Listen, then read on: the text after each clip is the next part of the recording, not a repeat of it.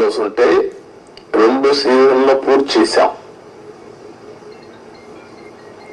ఆ డయాఫామ్ వాళ్ళు కాపాడవలసినటువంటి ప్రభుత్వం కాపాడకుండా ఇష్టానుసారంగా ప్రాజెక్టు యొక్క ఫేట్ తో ఆడుకొని ఇప్పుడు మొత్తం ఈ డ్యామేజ్ అయితే ఆ డ్యామేజ్ కూడా కనుగొనడానికి ఒక 1 year పట్టింది. గవర్నమెంట్ ఆఫ్ ఇండియా చాలా సార్లు చాలా స్పష్టంగా మీరు మార్చద్దండి అవన్నీ కరెస్పాండెన్స్ రేపు నేను మాట్లాడతాను. ఇప్పుడు నేను డీటెయిల్స్ పోవడం లేదు. బ్రాడ్ గా కాన్సెప్ట్ ఫస్ట్ టైం ఇన్ఫర్మేషన్ ఇక్కడికి వచ్చాను. I have seen the project. మామూలు వాళ్ళైతే అర్థం కాదు. నేను ఒక 100 సార్లు ఈ ప్రాజెక్ట్ గురించి రివ్యూ చేసుంటాను. 30 times ఇక్కడికి వచ్చి ప్రాజెక్ట్ లో చూశాను. అడుగడుగున అన్ని నిర్ణయాలు నేను భాగస్వామిని అర్థం చేసుకోగలిగాను. ఈరోజు ఒక పక్కన డయాఫామ్ వాల్ 3 bits లో పోతే ఇప్పుడు ఆల్టర్నేటివ్స్ ఏంటంటే మీనవేషాలు లెక్కేసే పరిస్థితికి వచ్చారు. ఇందులో ఆ 2 bits గాని ఎక్కడికక్కడ ఒక parallel D wall diaphragm wall హైట్కి ఎక్కడ డ్యామేజ్ అయిందో దానికంటే ముందు ఒక ప్యారలల్ గా పెట్టి దాన్ని కవర్ చేస్తే 447 కోట్లు అవుతుంది. మామూలుగా మనం ఖర్చు పెట్టింది 446 కోట్లు. ఇప్పుడు రిపేర్ చేయడానికి 447 కోట్లు.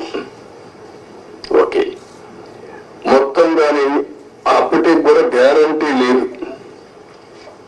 ఈ డయాఫామ్ వాల్ ఈ ప్యారల్ గా 447 కోట్లు ఖర్చు పెడితే మిగిలిన భాగం అంతా పర్ఫెక్ట్ గా ఉంది, ఇంక ఇబ్బంది లేదు అనే పరిస్థితి లేదు. కాదు, మొత్తం డయాఫామ్ వాల్ ప్యారల్ గా కట్టాలంటే 990 కోట్లు. ఇది ఒక భాగం. కాఫర్ డ్యాములు పైన కాఫర్ డ్యామ్ ఉంది, కిందన కాఫర్ డ్యామ్ ఉంది. 550 కోట్ల రూపాయలతో పైన ఒక 250 కోట్లతో కిందన కాఫర్ డ్యామ్ 2 కట్టారు. ఇప్పుడు వీళ్ళు చేసిన నిర్వాహకం మధ్యలో గ్యాప్, లాస్ట్ లో గ్యాప్ ఉంటే ఆ లాస్ట్ గ్యాప్ ను ఫిలప్ చేయలేదు. రీజన్, ఆ సమయంలో ఏజెన్సీ లేరు, ఇంజనీర్ లేరు. ఆ నీళ్లు వచ్చాయి. ఆ నీళ్లు వచ్చి మొత్తం ఆ ఉధృతంతో కింద నుండి ఇసుకుని ఎక్కడికక్కడ పైకి తీసేసింది. ఎక్కడికక్కడ మనం ఏమంటాము, ఇవన్నీ అగాధం, ఆ గొయ్యి కాదు, వాటర్ వచ్చినప్పుడు సుడిగుండాలు అలాంటి క్రియేట్ చేసి ఎంత లోతుకు పోవాలంత లోతుకి వెళ్ళిపోయి 20 మీటర్లు 30 మీటర్లకు వెళ్ళిపోయి ఆ మట్టి అంతా తీసేసింది. దానివల్ల గ్యాప్ 1 అది క్లోజ్ చేయాలి మనం. గ్యాప్ 1 దగ్గర మీరు ఒకసారి చూస్తే అది 250 మీటర్లు ఉండే గ్యాప్ 1 బండ్ 150 మీటర్స్ కొట్టుకొని వెళ్ళిపోయింది. దాని మీద ఇప్పుడు ఇసుకేసి కొంచెం ఫిలప్ చేశారు. ఇప్పుడు ఆ ఇసుకేసి అది ఫిలప్ చేస్తే దాన్ని మళ్ళా గ్యాప్ 1 ఫిలప్ చేయాలి మనం. ఇప్పుడు ఇసుక తీసుకొచ్చి బయట నుంచి ఇసుక తీసుకొచ్చి అక్కడ పెట్టి మొత్తం కొట్టుకొని వెళ్ళిపోయింది. కాబట్టి ఇప్పుడు డ్రౌటింగ్ దానంతా కూడా కాంపాక్ట్ చేస్తున్నారు. ఆ ఇసుక అంతా పోసి ఇది ఎంత అవుతుందో తెలియదు. ఒక 2000 కోట్లు అవుతుందా, ఎంత అవుతుందో తెలియదు. They are saying as on today 2000 కోట్లు. నాకు నమ్మకం లేదు అడ్మినిస్ట్రేషన్ పైన. వాళ్ళు ఏ లెక్కనేసారో తెలియదు నాకు. ఇది అయిన తర్వాత గ్యాప్ 1 అనేది లాస్ట్ లో ఉండేది వస్తుంది. గ్యాప్ 2 డయాఫామ్ వాల్, గ్యాప్ 3 ఇంకొక వాల్ కట్టారు, అక్కడ కాంక్రీట్ వాల్ కట్టారు. అదే మాదిరిగా గైడ్ బండ్ ఒకటి అది కుంగిపోయింది. సరే, స్పిల్ వే అప్పుడే కట్టాం, గేట్స్ కూడా అప్పుడే పెట్టాం. ఇప్పుడు ఇవన్నీ చూసిన తర్వాత ఎన్నేళ్లు పడుతుందని అడిగాను. ఆ రోజు కానీ కంటిన్యూ ఉంటే 2020 ఎండుకు పూర్తి అయిపోయింది ప్రాజెక్ట్. ఈరోజు 5 ఏళ్ళు అయిపోయింది. ఇప్పుడు ఎప్పుడు అవుతుందంటే 4 సీజన్లు కావాలంటున్నారు మినిమం. 4 సీజన్లు అంటే 4 ఏళ్ళు. అన్ని సవ్యంగా జరిగితే మళ్ళా ఒక వ్యక్తి రాష్ట్రానికి ఒక శాపంగా ఎట్లా మారుతారనేది ఇది ఒక కేస్ స్టడీ. రాష్ట్రంలో ప్రతి ఒక్కరూ ఆలోచించాలి. నేను డిస్కస్ చేస్తాను. ఇంకా మేజర్ కంటూర్స్ మాత్రం నేను మాట్లాడుతున్నా. మామూలుగా చాలా మందికి అర్థం కాదు కానీ సబ్జెక్టు ఇవన్నీ చూసిన తర్వాత నాకు ఫస్ట్ నుంచి టచ్ లో ఉన్నాను కాబట్టి అర్థం చేసుకోగలుగుతున్నాం. ఇవన్నీ కూడా ఇంకా టెక్నాలజీస్ లో డిఫరెంట్ కంపెనీస్ కి అప్పచెప్పారు.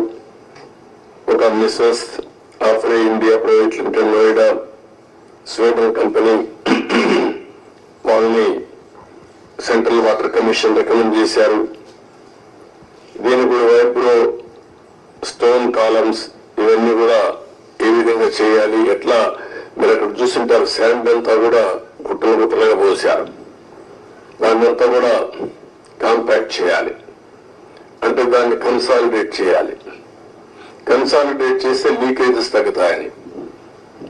పర్మిసబుల్ లీకేజెస్ కంటే ఎక్కువ లీకేజెస్ స్వీపేజెస్ ఉన్నాయి అక్కడ. అది ఇప్పుడు తెలియదు. ఇప్పుడు వాటర్ ఫుల్ గా వస్తే అప్పుడు తెలుస్తుంది. మళ్ళీ అది కంట్రోల్ కావాలి.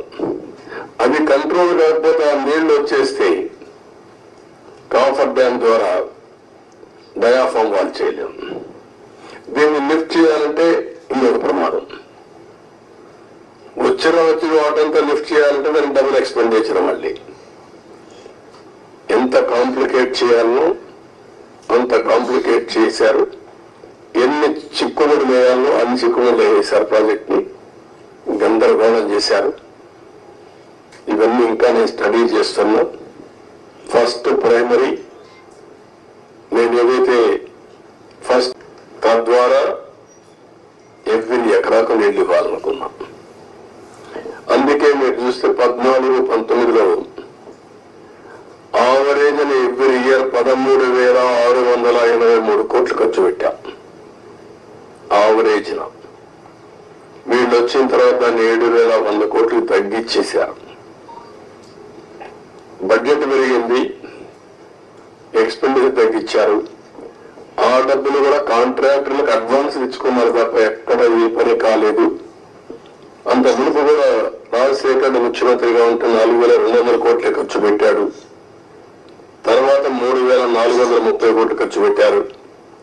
ఫస్ట్ టైం చరిత్రలో 13,683 కోట్ల రూపాయలు ఎవ్రీ ఇయర్ ఖర్చు పెట్టి సాగునీరు కోసం ఎక్కువ ప్రాధాన్యత ఇచ్చాం. పోలవరాన్ని కూడా ముందుకు తీసుకెళ్లాం. ఈరోజు ఈ పరిస్థితిలో మీరు కూడా అధ్యయనం చేయండి. డేటా అంతా మీకు కూడా ఇస్తాను. ఇందులో రహస్యాలు ఏమీ లేవు. అలాంటివన్నీ స్టడీ చేసి మనం ఏం చేయాలో చేయడం, దీన్ని కంప్లీట్ చేసుకోవాలి. ఇది ఒక కేస్ స్టడీగా ప్రతి ఒక్కరికి అర్థం కావాలి. రాష్ట్రంలో ఉండే ప్రతి ఒక్క వ్యక్తికి సంబంధించిన ప్రాజెక్ట్ ఇది. వాళ్ళ భవిష్యత్తుకు సంబంధించిన ప్రాజెక్ట్ ఇది. ఏదేమైనా బాధ, ఆవేదన, ఒకసారి ఎమోషన్ కూడా వస్తుంది.